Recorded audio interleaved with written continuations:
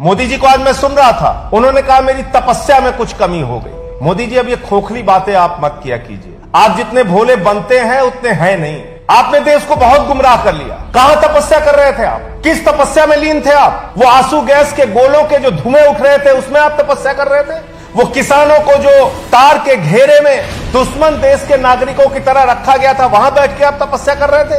वो किसानों को जब लाठियों से पीटा गया, उनको गोलियां चलाई गई, लहूलुहान कर दिया गया पीट पीट के, तब आप तपस्या कर रहे थे? जब संसद के अंदर इस कानून को वापस लेने की गुहार लगाई जा रही थी, तब आप तपस्या कर रहे थे? कहां तपस्या में लीन थे आप? किस गुफा में बैठे हुए थे? जब आपके मंत्री की गाड़ी ने किसानों को कुचलकर मार दिया, उनके कीड़े मकोड़ों की तरह हत्या कर दी, तब आप तपस्या कर रहे थे। और आपकी तपस्या कब और क्यों भंग हुई, मैं बताता हूं मोदी।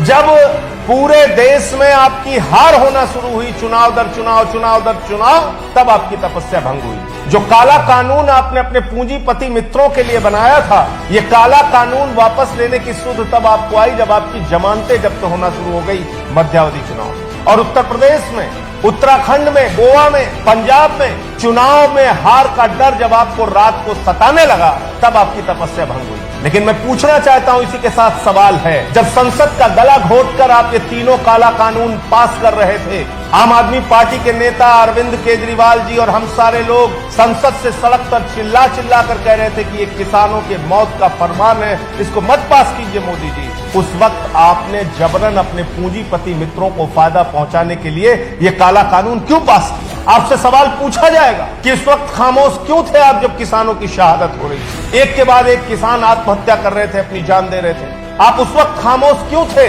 जब आंसू गैस के गोले छोड़े जा रहे थे उनके ऊपर, जब उनको लाठियों से पीटा जा रहा था, जब उनको तार घेर कर दुश्मन देश के नागरिक की तरह अपमानित किया जा रहा था, जब उनको खालिस्तानी कहा जा रहा था, तो कहां थे मोदी जी आप? जब उनको आतंकवादी कहा जा रहा था, तो कहां थे आप? जब उनको मवाली कह के अपमानित किया जा रहा था, तो कहां थे आप मोदी? ये सवाल आपसे पूछा जाएगा कि पूरे देश को 1 साल तक आपने सड़कों पर क्यों रखा? पूरे देश को आपने 1 साल तक आंदोलन की आग में क्यों झोंके रखा? ये देश भूला नहीं है। ये देश उन तमाम घटनाओं का गवाह है जब सड़क पर बैठा हुआ किसान आंदोलन के लिए शहीद हो रहा था और उसका बेटा सरहद पर देश के लिए जवान शहीद हो रहा था, और आप और आपकी सरकार और आपके नेता उनको आतंकवादी, खालिस्तानी और देशद्रोही कह रहे हैं। ये देश भूला नहीं है मोदी जी इन चीजों को, और इसलिए पहले दिन से संसद से लेकर सड़क तक आम आदमी पार्टी का एक एक कार्यकर्ता अरविंद केजरीवाल जी के नेतृत्व में किसान आंदोलन के साथ था, है और रहेगा।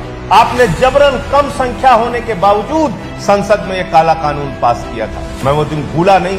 मार्शल से घसीट के हम लोगों को बाहर कर दिया गया, निलंबित कर दिया गया।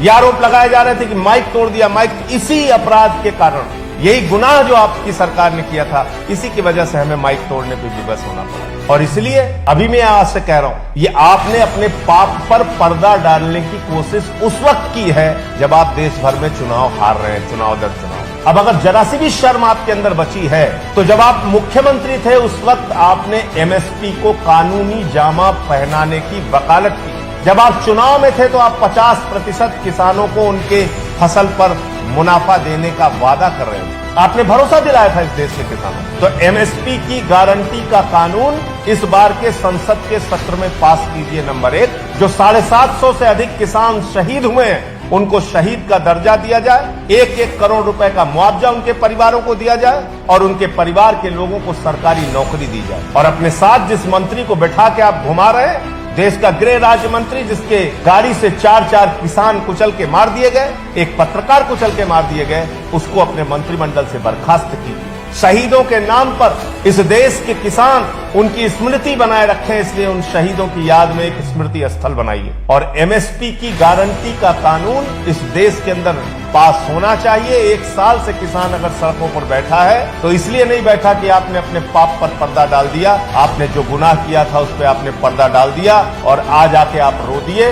आप तपस्या में लीन थे, बंगाल के चुनाव में आप लीन थे जब किसान मर रहा था, और आकर आप खोखली बातें करते हैं, खोखले वादे करते हैं। आम आदमी पार्टी फिर से एक बार अपने देश के किसानों को नमन करती है, उनके आंदोलन को, उनके संघर्ष को नमन करती है। ये देश के किसानों की विजय है, उनके आंदोलन की विजय है, और मोदी सरकार के अहंकार की, तानाशाह की हार।